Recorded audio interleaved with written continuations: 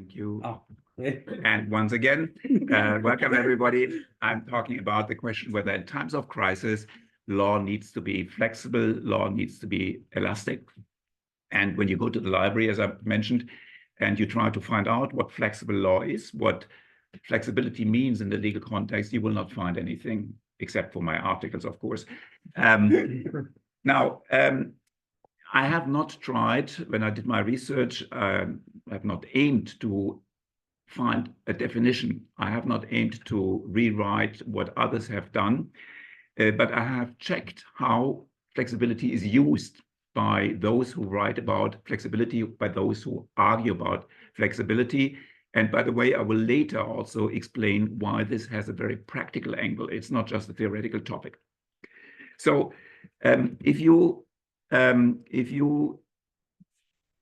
check and you look for those who use the term elastic law, flexible law, Katharina Pisto, for example, or others who have claimed that this is required, you will find the term used in three different ways. The first way, or the first manner, I have called rule intrinsic elasticity.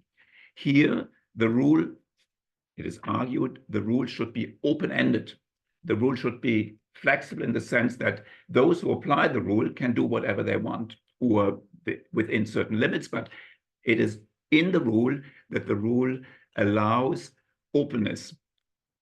The application outcome is not determined. You have a sample rule here.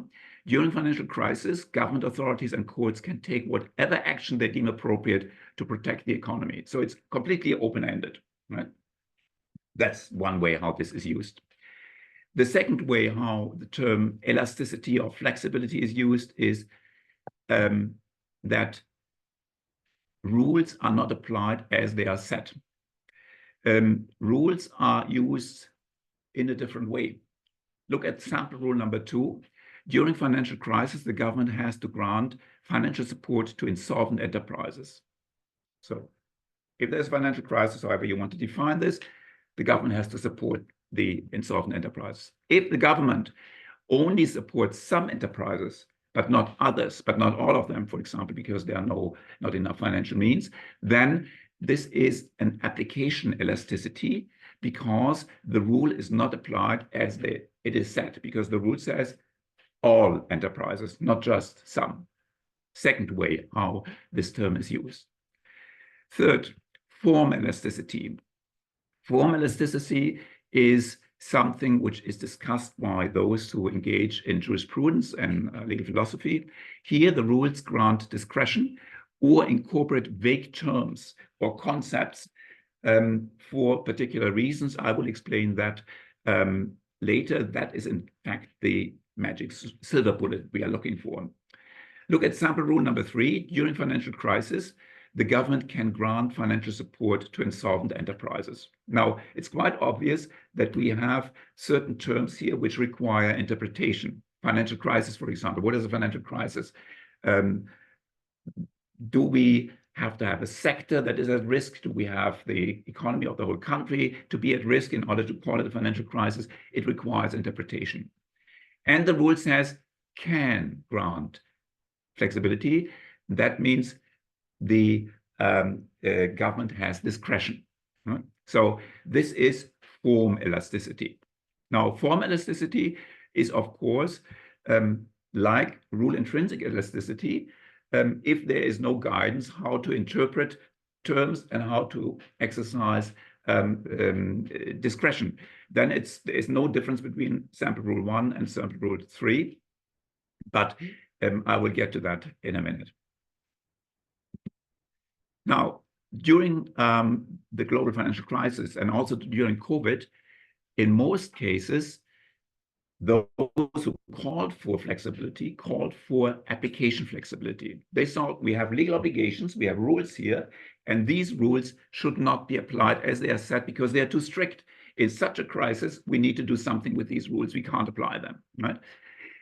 But there was also some discussion whether or not rules should be enacted which allow for rule intrinsic flexibility so that upfront you have already catered for those situations. But in most cases, the discussion was about application flexibility.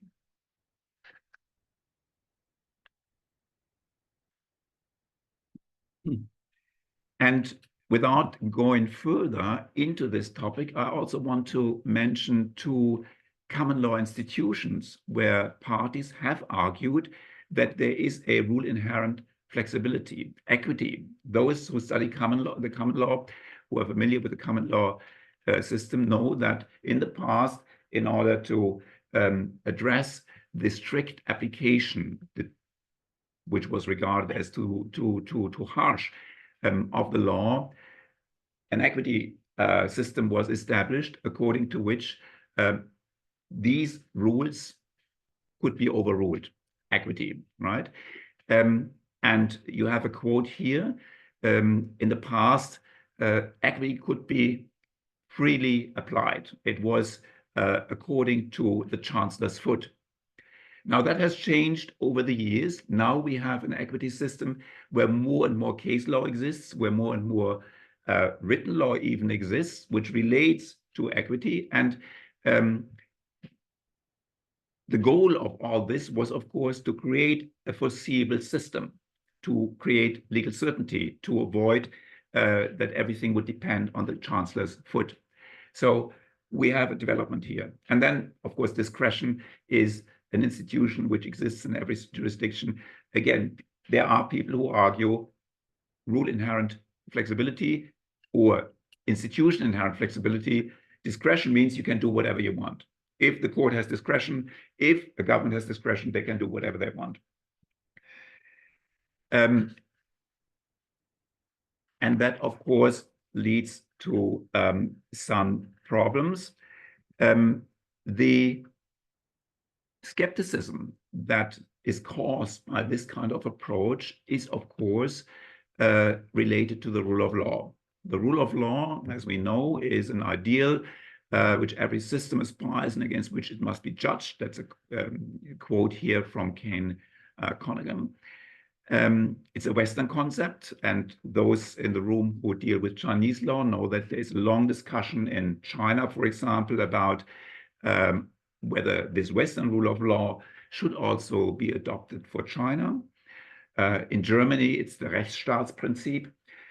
So every jurisdiction has to deal with this, and the core notions are similar, but as we also know, there is not even one aspect of the rule of law which is undisputed.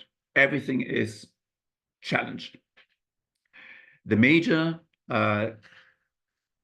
discussion is whether the rule of law should be a thin rule of law concept, whether that rule of law only relates to a set of minimal characteristics. Law must be set forth in advance, be prospective, be made public, be general, be stable and certain, and be applied to everybody according to the same terms. That's what everybody agrees is the core notion of the rule of law. Apologies that I'm now getting back to the basics, although this is a seminar about economic law, but that's what we need to look at, because that's why, against which we have to benchmark this flexibility notion. Thick rule of law concepts want much more. They say this very basic thin rule of law approach is not sufficient because it does not tell us anything about fundamental rights, about democracy, criteria of justice and rights. And I'll leave that. I don't have to discuss this today. What I need to discuss and what we need to consider, however, is that predictability, legal certainty, is a core notion of all these traditional rule of law concepts. Law must be predictable. I don't want to pretend here that this notion is not as well challenged. You may know about the American realist theories, which have claimed that law is always necessarily indeterminate, is always unclear to a certain extent, and courts have to make choices, and that leads to different decisions, inconsistent decisions. The critical legal studies movement has built on this and has claimed that these decisions are always political decisions, decisions which relate to the personal views of the judge. And then we have Professor Hart, who said that the open texture of legal rules is actually helpful. Why? Because it allows rules to be interpreted reasonably, he says, when they are applied to situations and to types of problems that their authors did not foresee or could not have foreseen.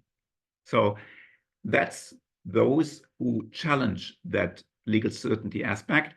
I can't discuss this in detail now. I will rely, and my talk will be based on the traditional viewpoint that law must be predictable. That's a core element, and that's the basis of all Western legal systems, at least. The predictability is needed so that everybody knows what kind of legal consequence a particular behavior will have. Very easy, right? It also leads to equal treatment, because if you can't predict, if you can predict, then everybody needs to be treated accordingly. And you may even argue that if there's no predictability, we don't have law, we don't have rules. And that's my viewpoint. If you can't predict what the outcome of a particular rule is, then of course, we don't have law. That's my view. And that leads to a problem relating to elasticity, it leads to problems in relation to this notion of flexible law. If you think about it, if law must be predictable, then rule intrinsic flexibility, remember, rule intrinsic flexibility means a rule which is open-ended. The application outcome of the rule is not predetermined, it's open. So the court, the authorities can do whatever they want. That means you can't predict what the outcome will be. We have no predictability. That means rule intrinsic flexibility is not rule of law compliant. How about application flexibility? Remember, application flexibility means that a rule is not applied as it is set. It's applied in a different way. How does that work with predictability? It doesn't. Again, we wouldn't have predictability if it is possible that the rule is applied in a way other than as it is set. Very easy, very simple. And then we have form elasticity. That's the complicated one. Remember, form elasticity means that a rule contains vague concepts or terms, and it allows for discretion. How does that work with this predictability requirement? It doesn't unless we know how those terms or concepts are to be interpreted and how discretion is to be applied. That means form elasticity is not different from rule intrinsic flexibility if we don't have that kind of guidance. If we have that kind of guidance, then there's no problem, because then we know how the rule will be applied, and then we have foreseeability, we have legal certainty, and we don't have a problem. So far, so good. It's actually quite simple. Now, many of those who have argued, have called for elasticity, for flexibility, have of course acknowledged that there is this problem, this tension between legal certainty on the one hand, the requirement of foreseeability, and the elasticity or the flexibility problem, that it doesn't work, it doesn't go together. So what they have done is they have tried to marginalize that problem of foreseeability. They've said, you see here, I'm very sorry to pick on Professor McKendrick, whom I met years ago in Xi'an at a conference. He was the chancellor, as I said, of, not chancellor, he was the registrar of Oxford University and a professor in the law faculty there. He's now retired. I've sent him my article, but he hasn't replied, and I know why. But he's written two great articles where he points out how courts use the concept of elasticity. And he says we can accept marginally elastic law as a matter of balance between competing demands of discretion, of flexibility, of doctrine and certainty. He talks about acceptable and unacceptable degrees of uncertainty. And I was always wondering, how can you measure what is acceptable, what is not acceptable? Treitel, in his famous book on contract law, speaks about reasonably precise rules, and then Ada in the Cambridge Law Journal has talked about the penumbra of uncertainty to keep that as a minimum. I think this is all not acceptable. It's all creating smoke. Either you have certainty, legal certainty, or you don't, because you can't have something in between. The slightest degree of uncertainty already violates the rule of law. And the question is, what can we do about this? How can we rescue both? How can we deal with this need, as somebody has said, that we can't foresee a global financial crisis? How can we deal with that when we create when we can create rules? Just a quick 2 more sentences about this. In fact, the question is whether binding non-negotiable legal commitments, if we have rules which are binding, will that create economic problems? And that's why we are discussing this in the seminar series. Will this lead to difficult business environments? And if we say yes to this question, then we need to ask, do we need to do away with the rule of law? Do we need to throw the rule of law, key core pillar, legal certainty, do we need to throw it out of the window in order to deal with those economic problems? Is that what we need? And do we need to accept that the rule of law cannot deal with crisis? Is that what we need to accept? Nobody does that. Whoever calls for legal for flexibility, all these authors, none of these authors have said we just need to do away with the rule of law. And I think we shouldn't, because it's fundamental for our legal systems. So we need to find a way out. One more point is that if we do away with the rule of law in order to deal with crisis, we need to be aware of the fact that that, of course, leads us into a very slippery slope. Because if we don't require legal certainty, then the rule of law, the legal certainty requirement, can be used in order to justify any kind of goal, any kind of value, and the rule of law as such would go down, I believe. So that's not the solution. But if you want to promote rule intrinsic flexibility, application flexibility, then, and nobody does that, you have to say the rule of law should not apply any longer in these cases. Nobody does that, because of course then, you know, the armies would stand up and would say, no, that's not possible. All right, so preliminary conclusions. This is heavy stuff, I know, and it seems to be very theoretical. Again, I'll show you later how this has a very practical notion. Elasticity, elastic law, flexible law, that notion is widely used, hardly ever explained. And that should make us suspicious anyway. Second, elastic law, elastic application of the law, flexible application of the law. I use these two terms interchangeably. It's the same. Are not in line with the legal certainty requirement, with the predictability requirement of the rule of law. I think we can agree on that. Only form elastic law can be in line with the predictability requirement of the rule of law, provided that guidance is available, how these vague terms and concepts are to be interpreted, and how discretion is to be exercised. So that's the preliminary conclusion. And of course, the main question we need to ask is, how can we deal with that third point? How can we ensure that form elastic law is that we have guidance how these terms are to be interpreted? But before we discuss that, I want to take you one step back and get back to one of the statements that I have quoted earlier. It's this contingency dilemma. The problem that we are dealing with is the problem that we can't, it is simply impossible to create very specific rules which tell us exactly what kind of application outcome will be the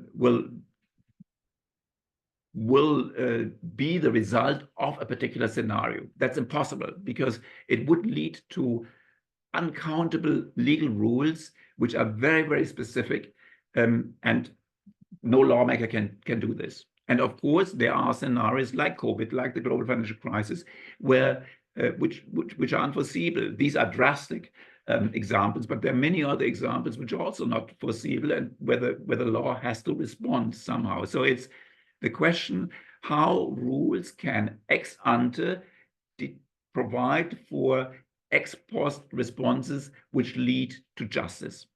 That's the problem.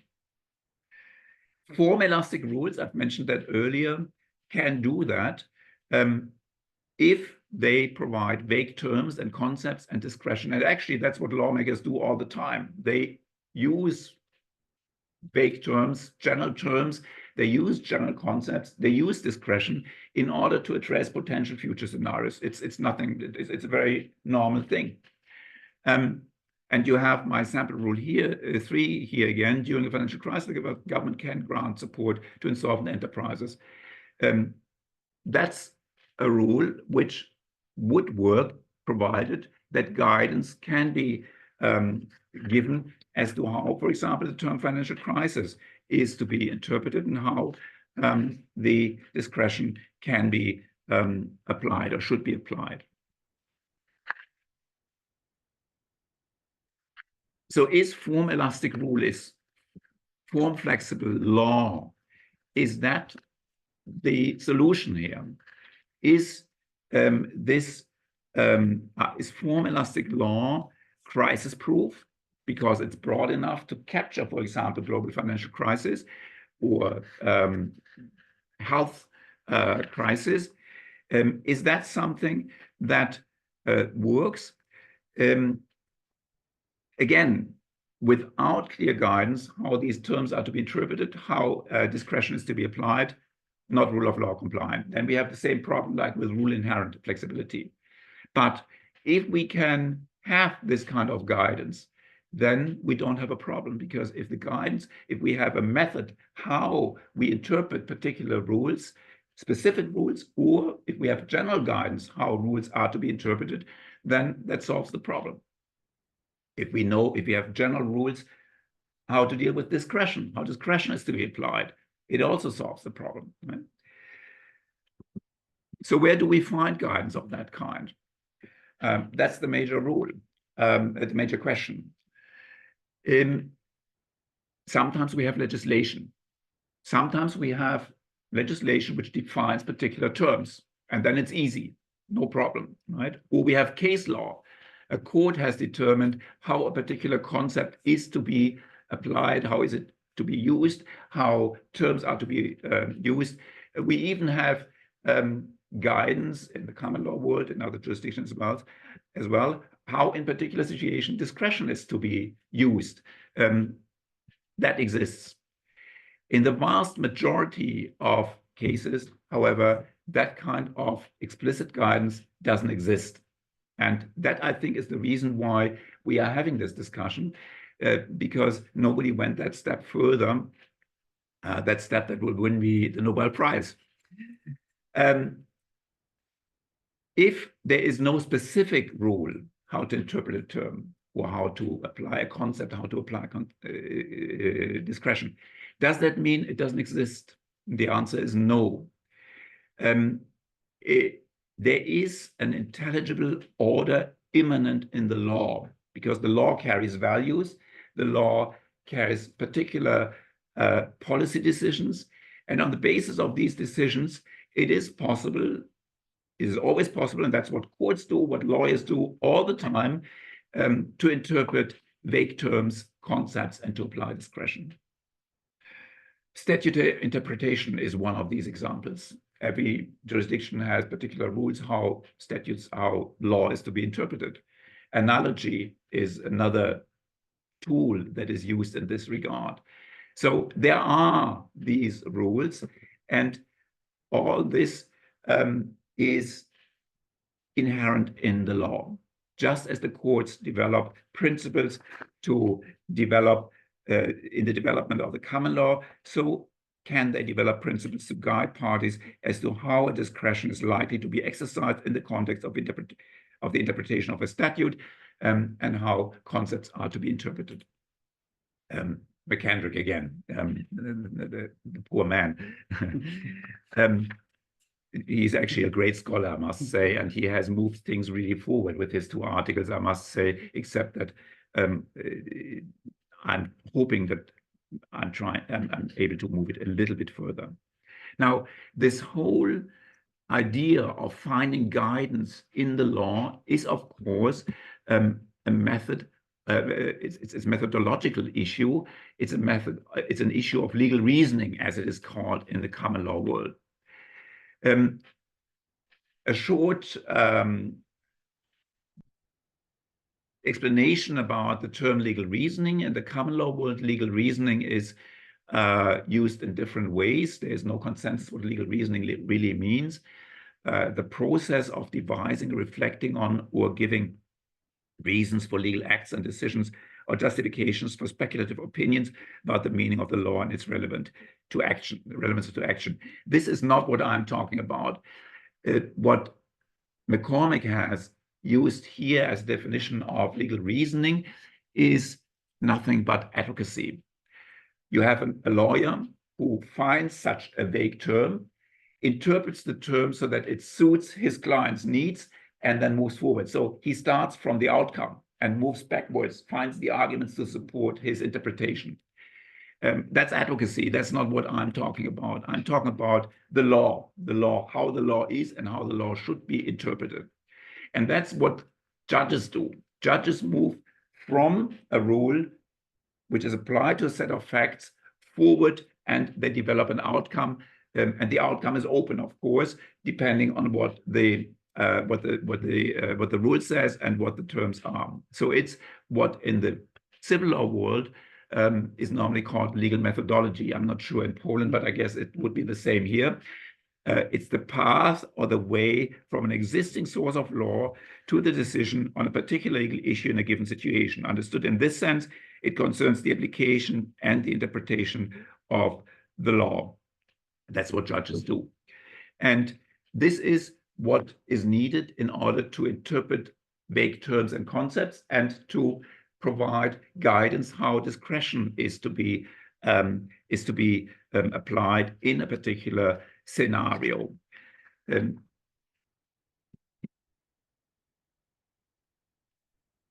You could say that for formalistic rules, the legal methodology provides an algorithm.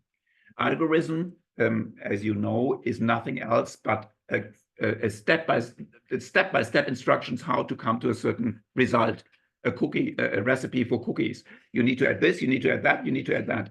That's what every single legal rule does. The legal rule tells you if A plus B, then the application outcome is C. Every rule, except for those who have just definitory contents, but even there you could argue, but every legal rule has an implied algorithm. It's that famous if-then approach. So these step-by-step instructions, how the application outcome of a rule is generated, is the core of legal methodology. And if this kind of if-then methodology is available, then vague terms can be interpreted, vague concepts, general concepts can be interpreted, and discretion can be applied because you know what to do when you have a particular set of facts. Then you can move forward, you can say, this is the outcome in this particular situation. And if these step-by-step instructions, which can be abstract now, of course, not related to a particular scenario, if these step-by-step instructions are known, or at least knowable, then predictability is guaranteed, and we don't have a rule of law problem. So what we need formalistic rules. We need them because we can't foresee what is going to happen in the future. But at the same time, what is important and completely underrated, we need methodology which tells us what to do in a particular situation, how to interpret particular rules, vague concepts, vague terms, and discretion. And that leads me to my conclusions. The problem of all this, I had said, is the contingency dilemma. We need to provide rules which ex ante determine what should be the legal outcome ex post in the future. And that is a problem because we can't foresee what is going to happen. And we also can't enact so many different specific rules that everything is covered. That's simply impossible. We can't deal with this situation through elastic law or the elastic application of the law because, as I've mentioned, this would violate the predictability requirement of the rule of law. What we can do is we can use, and again, all the lawmakers are doing this, we can use form elastic law, form elastic rules. They can address this contingency dilemma and be rule of law compliant if, but only if, we have guidance, we have methodological tools, how these terms are to be interpreted and how discretion is to be exercised. And that kind of guidance can be found in legal rules, case law, or it's an intelligible order immanent in the law. The problem is the last point, of course, the intelligible order immanent in the law. That will lead to lots of discussions in each particular case, but again, the rule of law is an ideal. There may be many cases where things go wrong, where humans are not able to deduct from the law this intelligible order, these step-by-step instructions. But ideally, this will all work out. Again, it's an ideal situation here. The fact that people breach contracts doesn't mean that contract law doesn't have any value. And the same is true here. But what we need to admit, and when we think about this intelligible order and the required legal methodology, we will all agree that this methodological framework is incomplete. I haven't seen any jurisdiction. I think the Germans are pretty good with methodology. As law students, we were always tortured with methodology. The outcome was not important, but the methodology, the step by step, that's what is important. I think this is the right approach, not because I'm German, but because it solves my problems, right? So we have action items. The first action item is that we look, or we try to identify that legal reasoning, that methodological framework. We need to acknowledge that it's currently incomplete, which does not mean that there are no commonly accepted characteristics of legal reasoning, of legal methodology. There are. The problem, and I quote here Ellsworth, the problem that vexes legal scholars is that they are incomplete, although they undoubtedly influence judicial reasoning. They are insufficient either to predict future outcomes or to provide a fully satisfactory account for past ones. And that means that we, as academics, but also practitioners, have a major task here. We need to develop a comprehensive legal methodology framework to supplement those vague terms, those form-flexible rules, to ensure that contingencies can be addressed while at the same time the rule of law requirement is met. This is a massive task, but it's a very important task. And I have a second action item, and I hope you will join me with this one. It's a major task.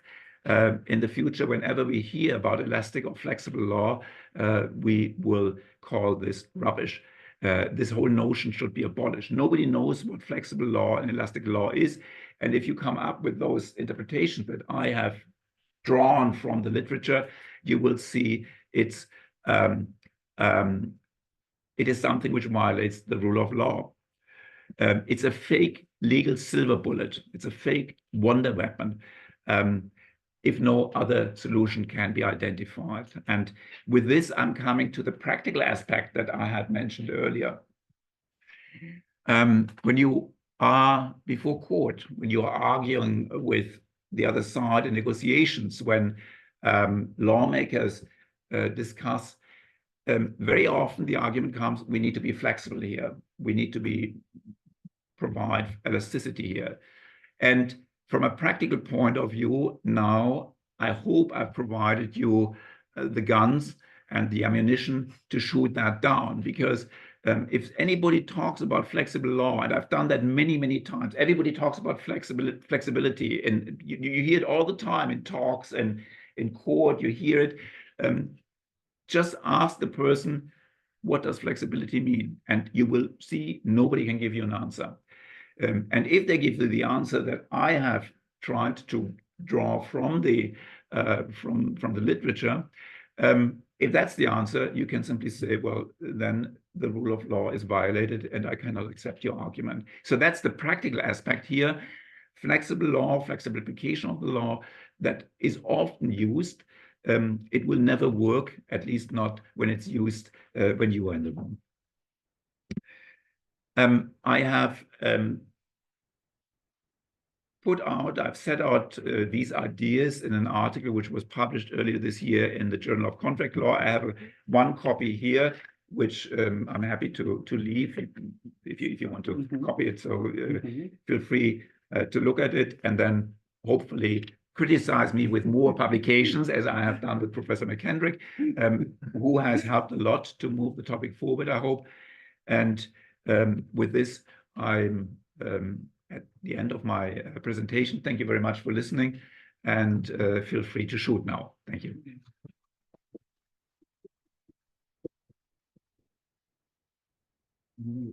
Yes. Thank you very much, Professor Wolff, for your very provocative, as you promised, and very interesting presentation. One Polish scholar, quite famous in commercial law, wrote several years ago an article in which he said that it's a pity that there is no Nobel Prize in law. There is Nobel Prize in biology, physics, even economy, but not law. So maybe it's time to reconsider the catalog of Nobel Prizes, and this could be kind of the first step. But coming back to our topic, I have plenty of comments and questions, but I will save them for later, because first the floor is yours. And if you have any questions or comments, either those of you who are here in the classroom or those online, you are free to ask questions. For those who are online, please raise your electronic hands, and then I will give you floor. Or if you can't use your mic because of any reason, you can write your question on chat, and then I will read it. So I have the first person, Dr. Tomasz Tomczak from Wrocław University. Dr. Tomczak, please go ahead. Can you hear me? Sorry. Yeah. Perfect. Thank you very much, Professor, for very interesting presentation. I'm not from the University of Wrocław, I'm from University of Opole. Yes, but I finished University of Opole. Yeah, I have a question. Maybe it's not a very smart question, but you said that this term, like financial crisis, is like an example of vague term, which is like example of elastic law. But can you provide an example of a term which is not vague? I don't know if it's a smart question, but I want to ask this question. And you need to unmute yourself. Okay. Yeah. Sorry. Yeah.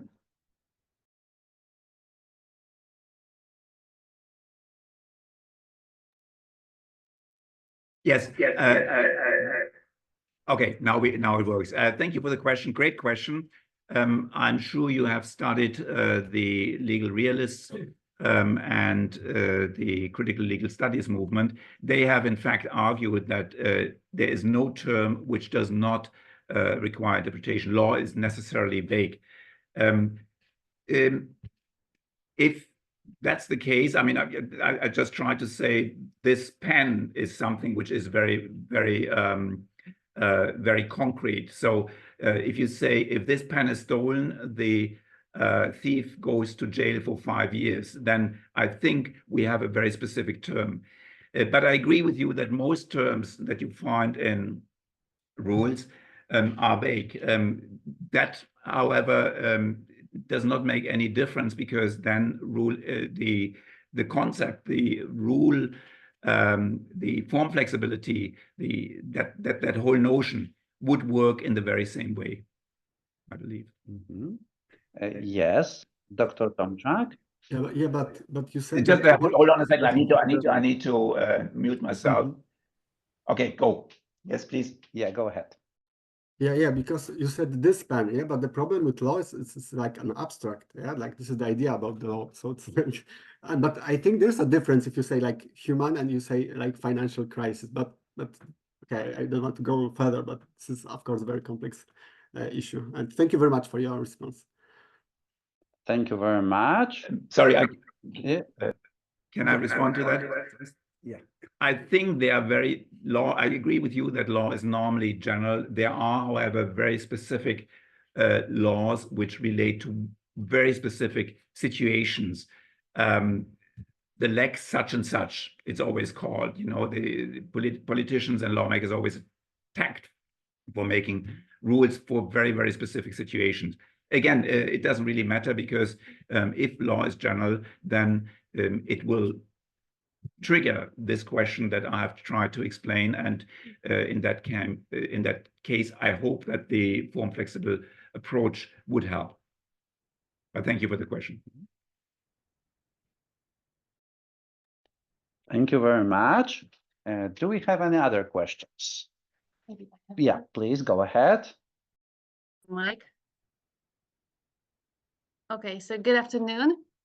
I have a general question about use egg form. So maybe instead of talking about flexible law, we could talk about something that is just, that is fair. Have you been wondering about your concept from a moral point of view? Thank you for the question. Of course, this is the other main point that is discussed by those who advocate for flexibility. They say we need to come up with just solutions. And just solutions cannot always be achieved by adhering, by applying the law in a strict manner. That's why this whole thing about flexibility comes up.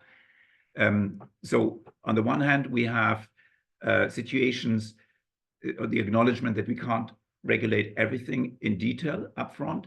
Then we have situations where we have something which was not foreseeable, and therefore there is no rule at all. And then we have situations where we have something which was foreseeable, but we can't apply the law because that would lead to the situation that you have described. It's not fair, it's unjust. Yes, I believe that is an issue which can be addressed also with form flexibility, I believe, because then you need to reinterpret that particular strict rule or a general rule in the way that allows you to come to a just solution. The question in each particular case will be, how far can you stretch it? You know, what can you accept? What needs to be done? But that's, again, an issue of methodology. You could have a general rule, I believe, which says if there's any future contingency that we cannot address, then this rule needs to apply to find a just solution by taking into consideration the values that are underscoring this law and the political decisions that have made this, that were used in order to enact this law. That would work. In the end, you may end up, I don't want to promote this because I still believe that we need a framework.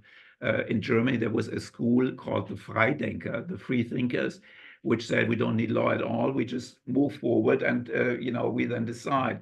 That, of course, is a problem because it will be more and more difficult to foresee what the application outcome will be. But even in such a situation, I believe if you have methodology, if you have a methodological framework that works, even in that situation, it would lead to just outcomes. Except that for a layperson, it will be terribly difficult, even for lawyers, terribly difficult to find what the outcome will be. What we need to remember again is that what I'm describing here is an ideal situation. It's a situation that we want to achieve. I acknowledge that this will be tremendously difficult in practice, but that's why methodology is so important. And that's why I'm afraid law students need to be tortured with methodology, because that's how you come to these application outcomes. That's how you create foreseeability. Mm-hmm.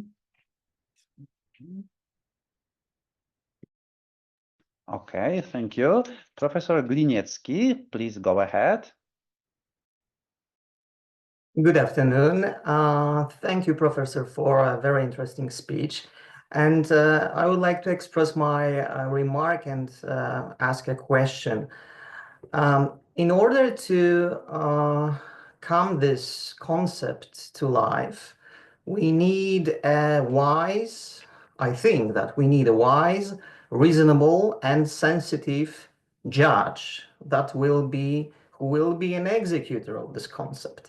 And do you see the issue here? Do you see the complexity here? Do you see the challenge here?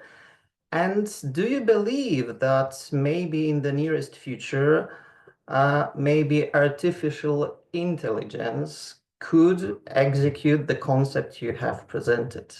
Thank you.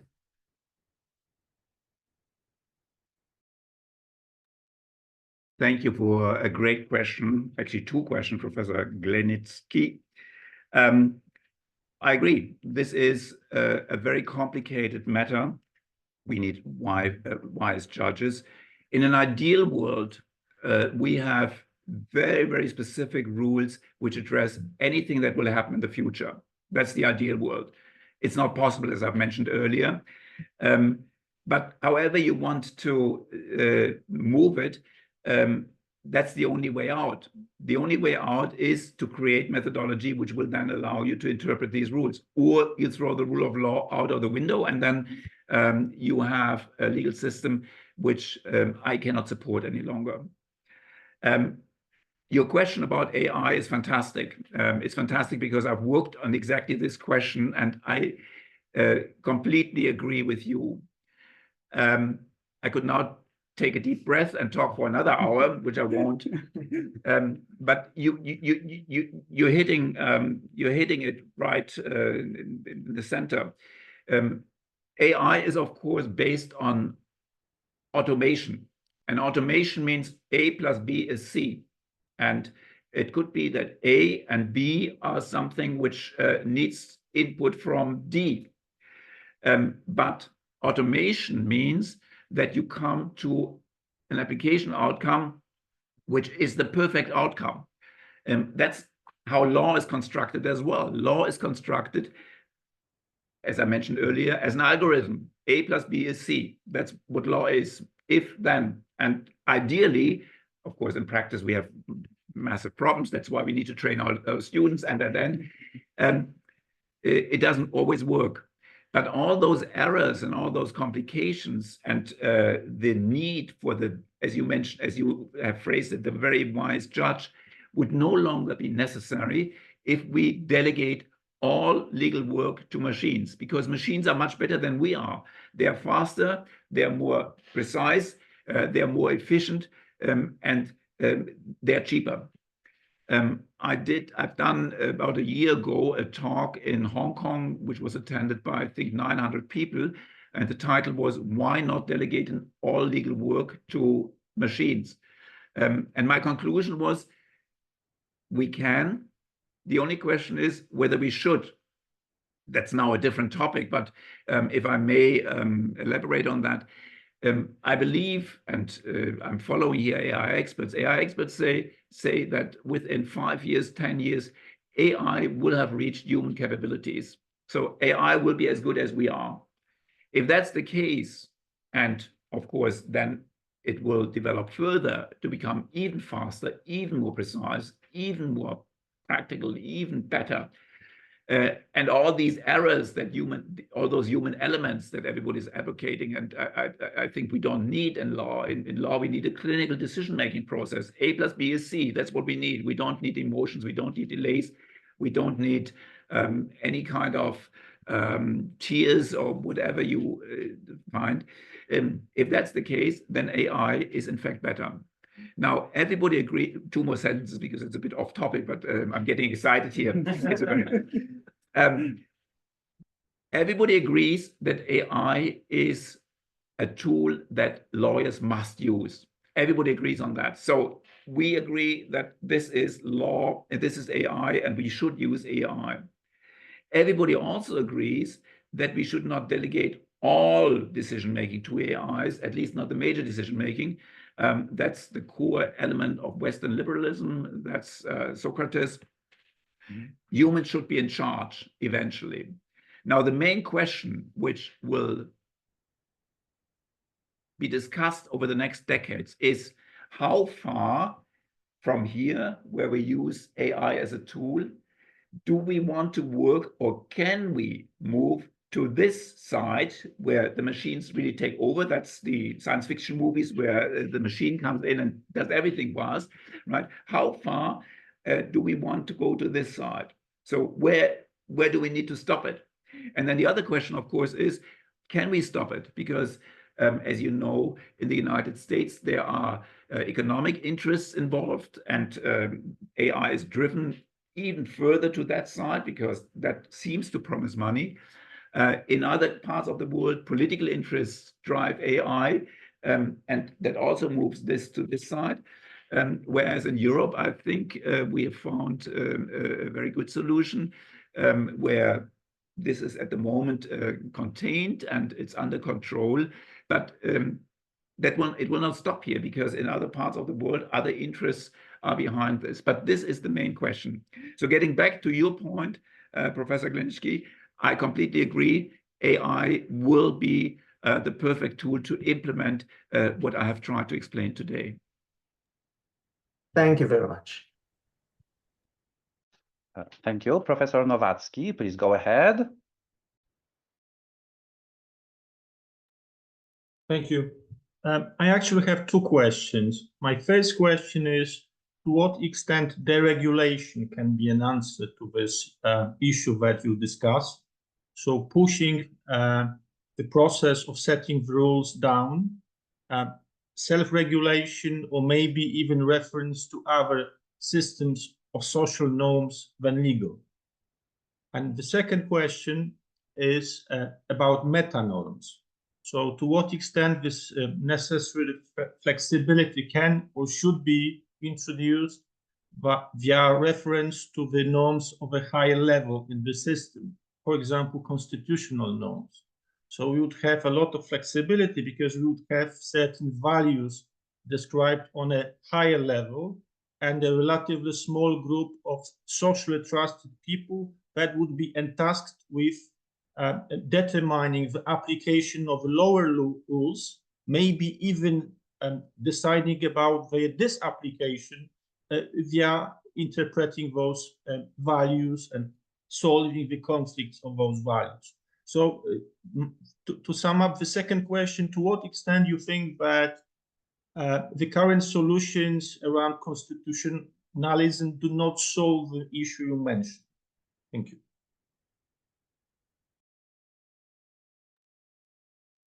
Again, great questions. Thank you very much, Professor Nowacki.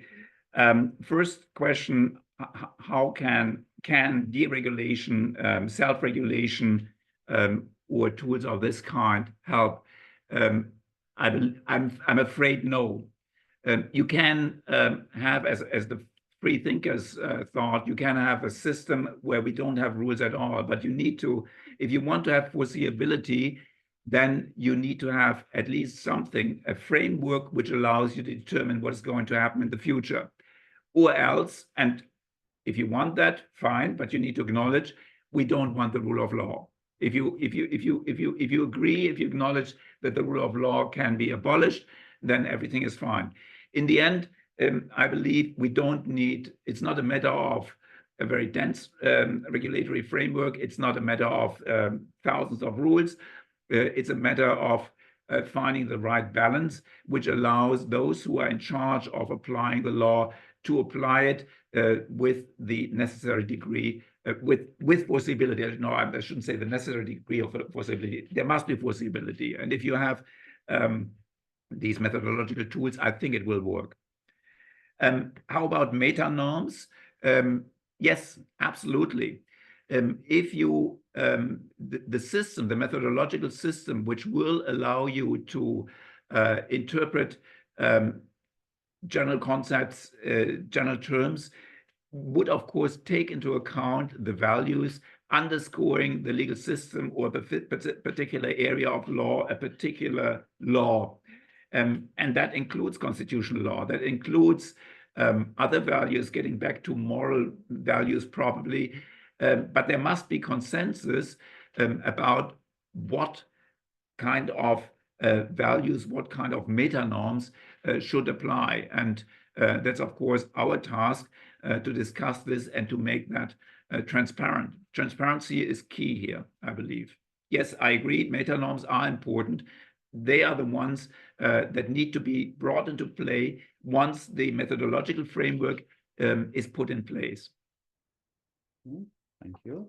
Professor Grebieniow, Pani Jakubie, może pan komentować? Thank you. Professor Grebieniow, please go ahead. Thank you, Professor Wolff, for your fascinating presentation. I thought about the legal methodology issue that you addressed, talking about strictness. And it came to my mind that in the Swiss legal doctrine, there's a famous concept of pragmatischer Methoden Pluralismus, which is basically the flexibility of choosing different legal methods of interpretation for a particular case. So I'd like to ask a provocative question. Can we replace flexibility of rules with flexibility of legal methodology?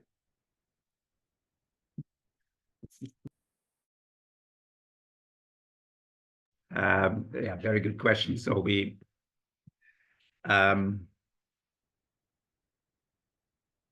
no. The answer is no, because the methodological framework that I envisage, at least, would be strict. It would be strict in the sense that you know the algorithm, you know the steps that you need to take to come to the application outcome. And flexibility or elasticity or any kind of movement would not be possible. Otherwise, again, we're dealing with the same problem. You don't have foreseeability. If you want that, fine. But then again, the window is open already. You have to throw the rule of law out. The methodological framework must be strict. And I think it can be. I must say, I think it can be, because it does not have to take into account contingencies. It doesn't have to take into account scenarios. It only provides you for the algorithm. It provides the algorithm. A plus B is C.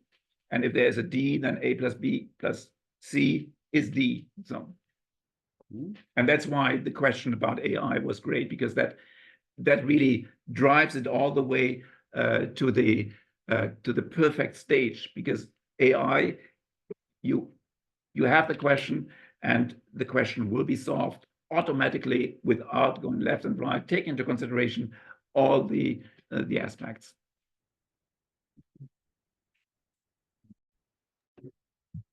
Thank you. I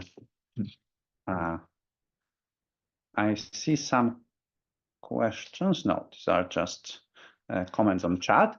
Yeah, do we have more questions? Mr. Su, please go ahead.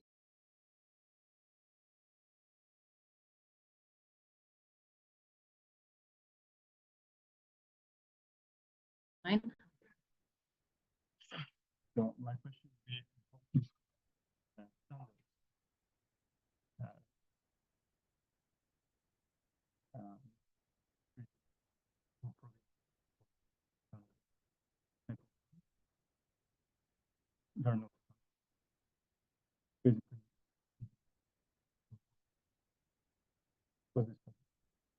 Thank you. Thank you. I would treat them as something that needs to be taken into account. I'm not looking at value standards or meta norms. I'm looking at the methodological framework, which takes into account, which tells us how these standards, how values are to be considered in order to find the correct application outcome. So I wouldn't. My solution here, or my proposal, does not deal with the question whether we need moral standards, we need other standards, we need particular political values, we need. This is not what I'm concerned with, because that needs to be considered anyway. I'm concerned with a very, very technical aspect of how these standards, norms, values are to be considered. And that's the step-by-step recipe, which tells you if you have such a situation, that value, that value, that value, the constitutional values need to be considered, and that leads to the application outcome.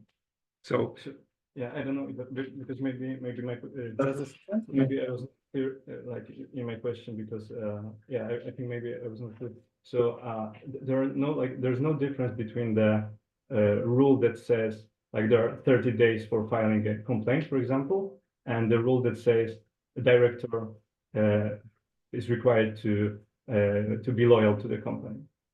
Or a rule that says reasonable notice needs to be given. So they're all the same. Yeah. Yeah, but sorry. Yeah, I am. Yeah. Okay. They are the same in the sense that it is something which is outside my my discussion here.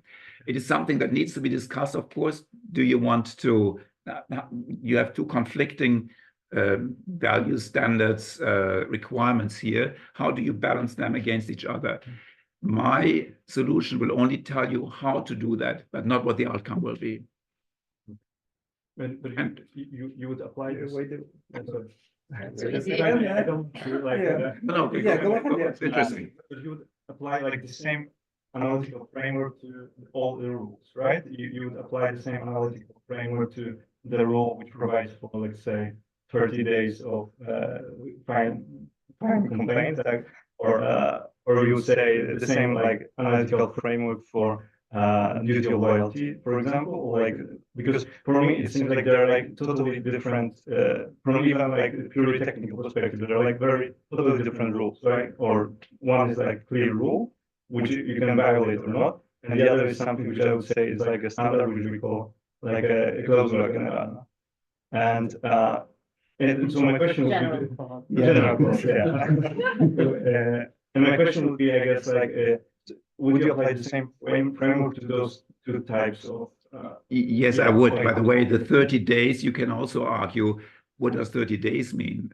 For example, what is the time zone? How about public holidays? And so it also requires interpretation, or it may require interpretation. Yes, I would apply my system in the very same way, but I'm not getting to the point where I actually interpret. I'm just saying you need to have rules which allow you to apply those rules, and they can, of course, be different. Actually, lawyers are doing this all the time. You know, what are we doing? We are interpreting. We are applying rules all the time. The main thing is we need to be aware of the importance of methodology. We need to be aware of the importance of consistent application of the use of that methodology, because that then creates foreseeability. The main point of my talk actually is to create awareness, because I cannot yet provide that whole framework. That will be your task, the homework. Perfect, thank you, Professor Grzebek. Yeah, that was interesting. But we need computer. Yeah, yeah. So basically, I like this question because if you change the perspective, you're talking about this stuff. More or less. That was a tricky question because okay, let's change the perspective. Let's go to the methodology, and you need to know that the PhD of Professor Wolff was about Chinese labor law, if I'm correct. Yeah. So let's take it from this angle. We just a few remarks about how labor law basically works. So on one of the side we have a statutory law, on the other side we have the contract of law. What is happening in between is very interesting because we have a collective agreement. So the statutory law, the government, the parliament, they give the power for the parties, collective parties, to change the statutory law. So I think, and that's the question, do you think that the opening statutory labor law is a form of giving the floor to the parties to create flexible law? Yeah, That's question number one. Question number two goes with the discussion that happened in the 70s. So there was a global discussion, should labor law be codified? And the German scholars surprisingly said no. Why is it so?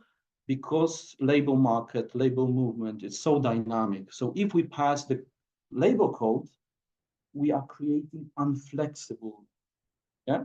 So let's leave it uncodified. And it's still there. Only communist countries at that time said, okay, we need to codify law because it needs to be stable, predictable.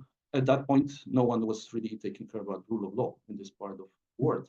So maybe there is some levels of flexibility. When we are talking about codified law, the flexibility is simply not existent. But if we're going down a little bit, level down, there is the floor for the states in that case to give more flexibility, because we can simply pass the new laws, and with the code it's difficult to do it. Yeah, so that was a kind of a remarkable question. Yeah.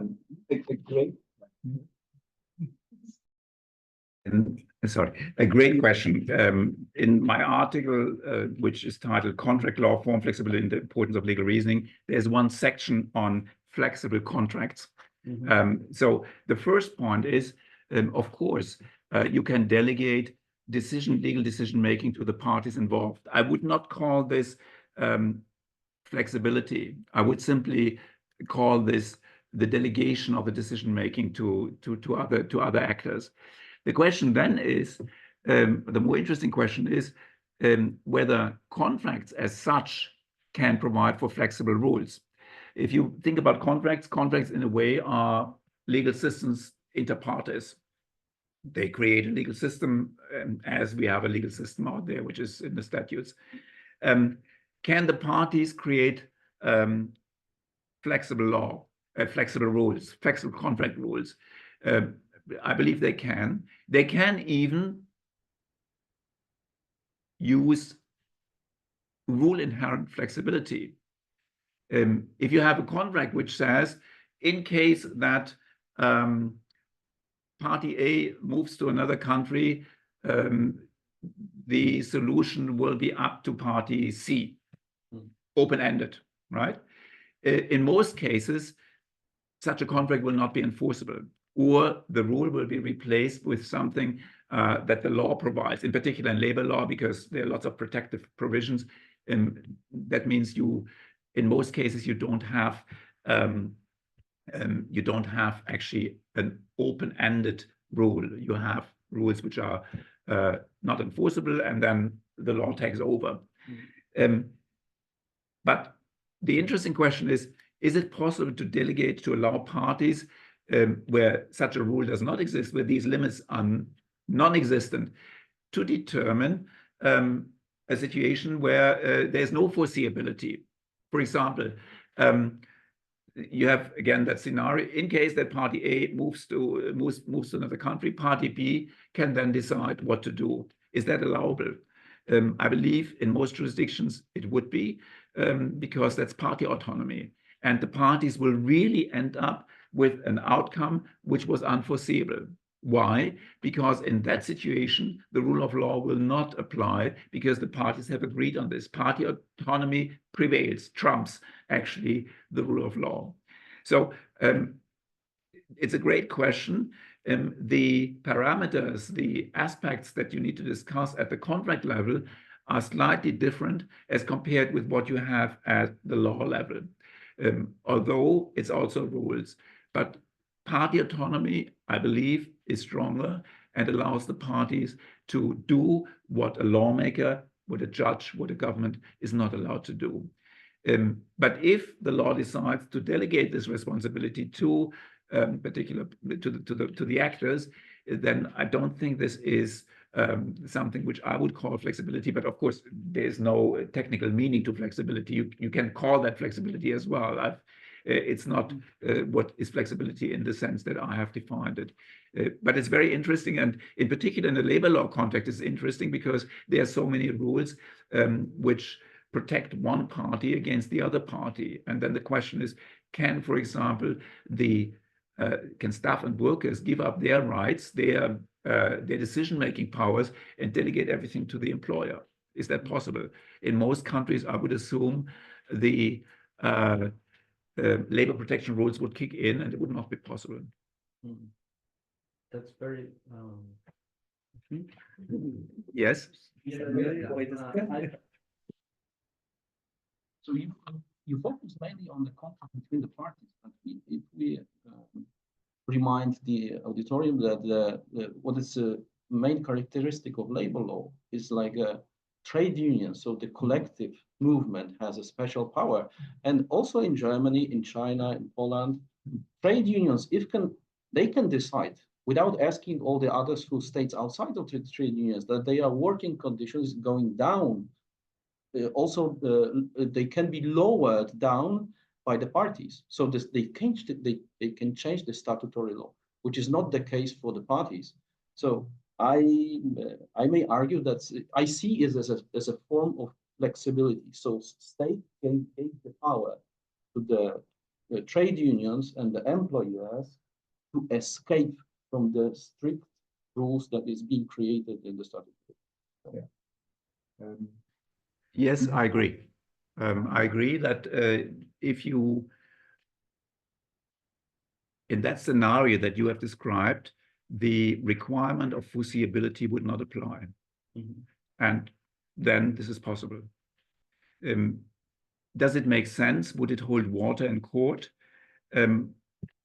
My feeling is that the courts would be suspicious if something would be decided by the trade unions, which is contrary to the interests of the vulnerable parties. If, for example, the trade unions decide that they will allow the employers to cut all the salaries by 50%, I don't think it would hold water in court. And that means there are also limits. And the question is whether the requirement of foreseeability applies in this regard. But that is something that is outside the scope of my article. Yeah, I don't want to. Yeah. No, we can. Yeah, that's actually a very interesting. We can continue with that, Yeah. because basically you have a set of rules like the anti-discrimination law. There is no way that these parts of labor law cannot be contracted out. Yeah. But when it comes to the dismissal, some countries, and including Germany, they are allowed to do that. Yeah. Yeah. There is a list of the core values or standards that cannot be contracted out. So for that one, flexibility is unforeseeable. Yeah. But anyway, we can continue during our lunch. Yeah, thank you. Do we have any other questions? If this is not the case, I will be the last. I have plenty of questions, but I will limit myself just to two, because one is kind of connected with something what was written on chat, and I will develop on this. The thesis is that, law is flexible by definition, because law does not exist as a pen, for example. This is an abstract idea. It's kind of coded in the language. So we have an abstract norm, then we have to write it down, so we have to use the language. And any language is not precise by definition. Any language is flexible. Every word has plenty of meanings, and the context may change the meaning of the word. So because of this kind of cloth that we need to put on law as a language, it makes the law flexible by definition. So my question will be, so this will be the first question, the language as a source of flexibility. Could we avoid it? Can we fight it? Should we fight it? And the second question is different, because if I understood correctly, you described as the key value of the rule of law predictability. I agree, but not 100%, because I think that when we see the legal system, for me, the key value is proportionality. We have two terms, law and justice, and we have the scale as the symbol of law. For me, on this scale, on one side we have law, on the other side we have justice. And then when we interpret law, when we apply law, when we are judges in the court, we always need to remember about this scale, because it may be risky if we put one side clearly up and the other side clearly down, because we may end up as law without any moral content, and then it may bring us, for example, to Nazi law that was very precise as a positive legal system, but without this moral background. Or on the other side, when we say that we need only moral law, there would be no predictability at all.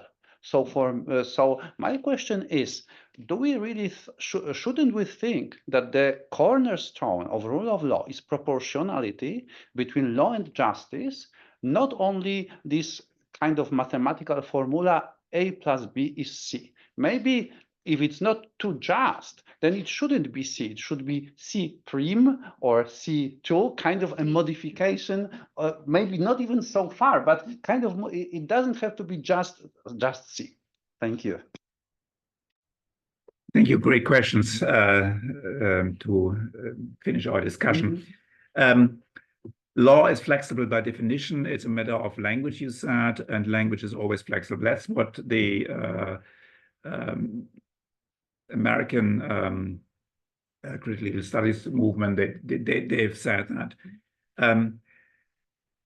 But that does not make law flexible by definition. If you argue that way, there's the window. We need to throw the rule of law out of the window, no predictability. And I don't think that law would then be law any longer. But I believe that you're of course correct, and that's why I'm coming up with this methodology issue. We need a tool to ensure that language is not flexible. Given all circumstances, a particular term will be interpreted in a particular way.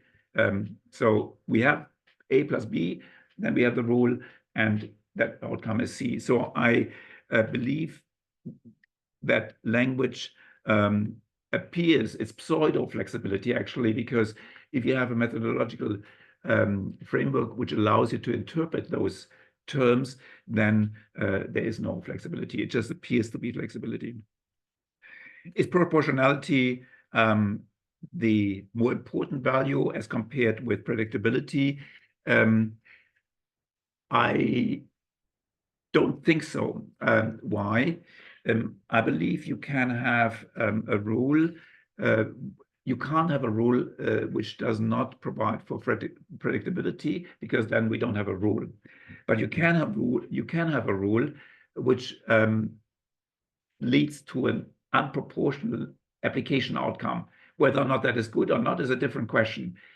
So I believe without predictability, there's no rule. Without proportionality, there can be a rule. Whether it's a good rule or not is a different question. Thank you very much, Professor Wolff. As you said, it was great conclusions.